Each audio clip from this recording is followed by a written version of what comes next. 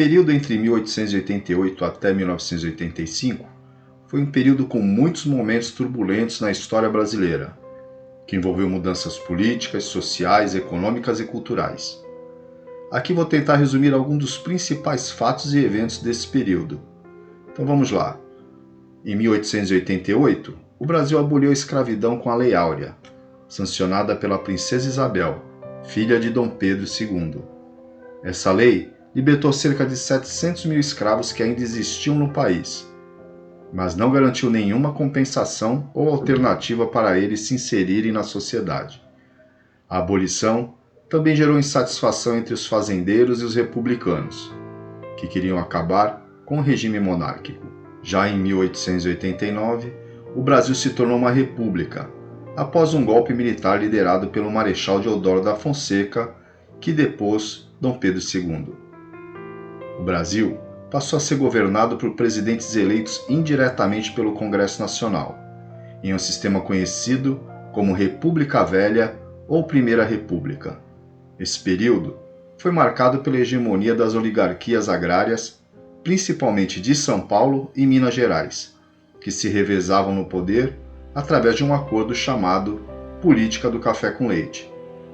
A economia brasileira dependia principalmente da exportação de café, que era o principal produto agrícola do país.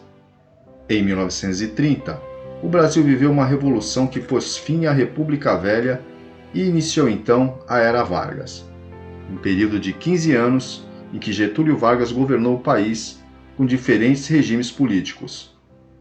A Revolução de 1930 foi motivada pela insatisfação de vários setores da sociedade com a política oligárquica, pela crise econômica mundial causada pela quebra da Bolsa de Nova York em 1929, e também pela fraude eleitoral que impediu a vitória de Júlio Prestes, candidato apoiado por Washington Luiz, que foi o último presidente da República Velha. A Revolução contou com o apoio de militares, tenentes, políticos dissidentes, trabalhadores urbanos e classes médias. Vargas assumiu o poder como chefe de governo provisório, que durou até 1934, quando foi eleito indiretamente pelo Congresso Constituinte. Em 1937, Vargas deu um golpe de Estado e instaurou então o Estado Novo, uma ditadura de inspiração fascista que durou até 1945, quando foi deposto por outro golpe militar. Durante a Era Vargas, o Brasil passou por um processo de industrialização, urbanização, modernização e nacionalização, além de enfrentar a Segunda Guerra Mundial, na qual se aliou aos países democráticos contra o eixo nazi-fascista. Em 1946, o Brasil voltou a ser uma democracia, com a promulgação de uma nova Constituição e a eleição de Eurico Gaspar Dutra, um general que foi ministro da Guerra de Vargas.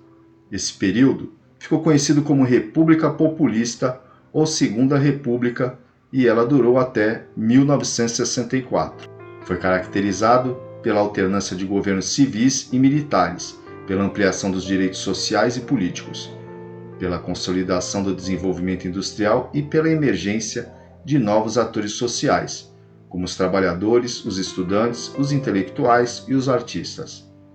Alguns dos principais acontecimentos desse período foram a volta de Vargas ao poder em 1951, eleito pelo voto popular, e o seu suicídio em 1954, após uma crise política.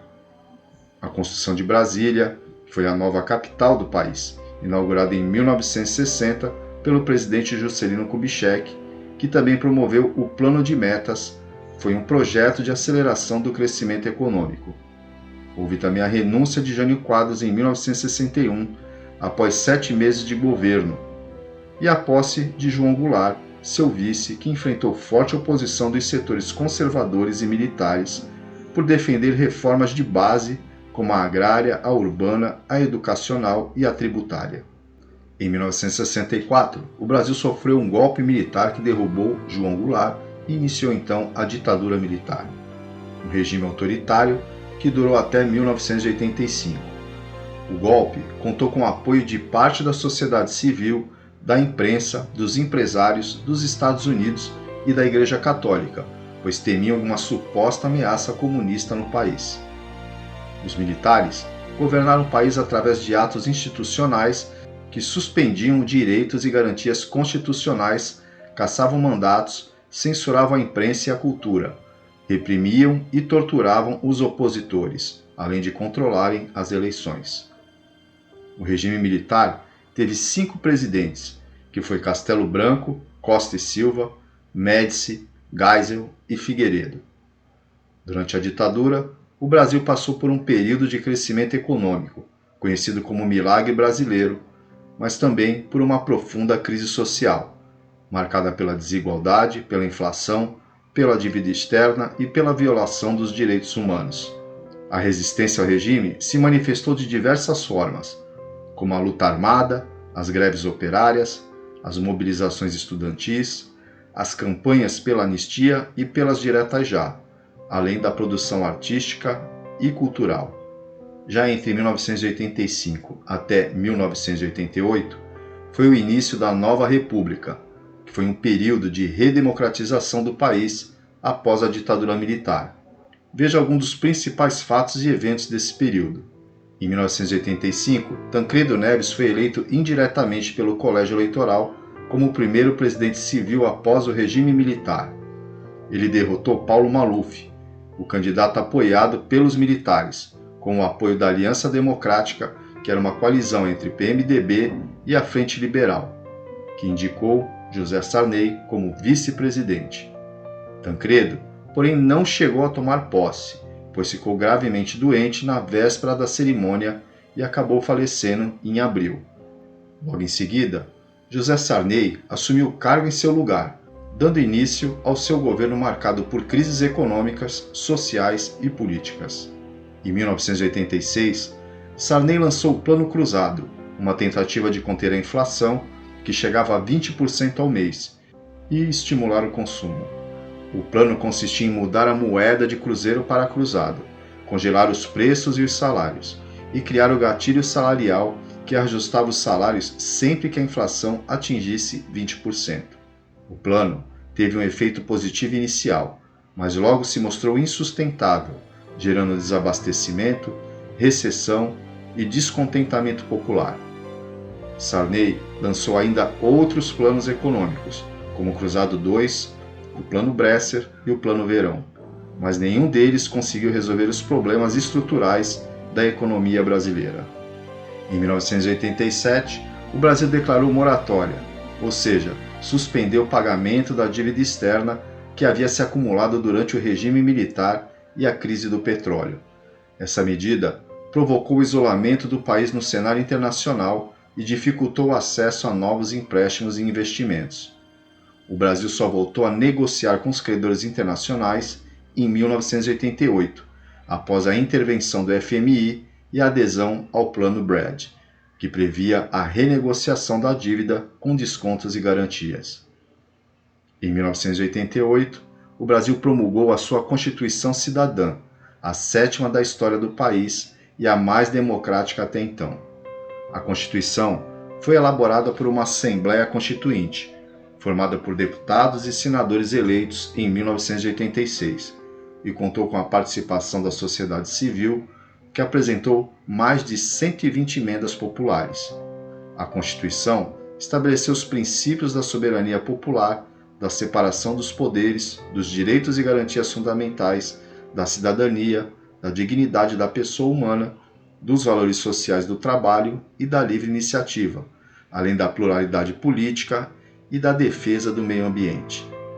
A Constituição também ampliou os direitos sociais como saúde, educação, previdência, assistência, cultura, lazer, entre outros, e criou mecanismos de controle e fiscalização do Estado, como o Ministério Público, o Tribunal de Contas da União, o Conselho Nacional de Justiça e o Conselho Nacional do Ministério Público.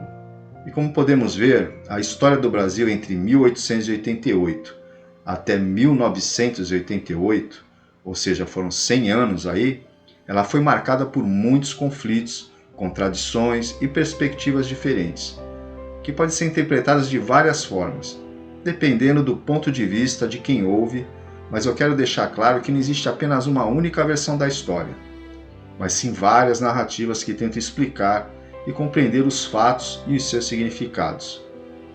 O resumo que eu apresentei aqui ela é baseado em fontes confiáveis e educativas, que buscam apenas apresentar os principais acontecimentos e eventos desse período, de forma objetiva e imparcial.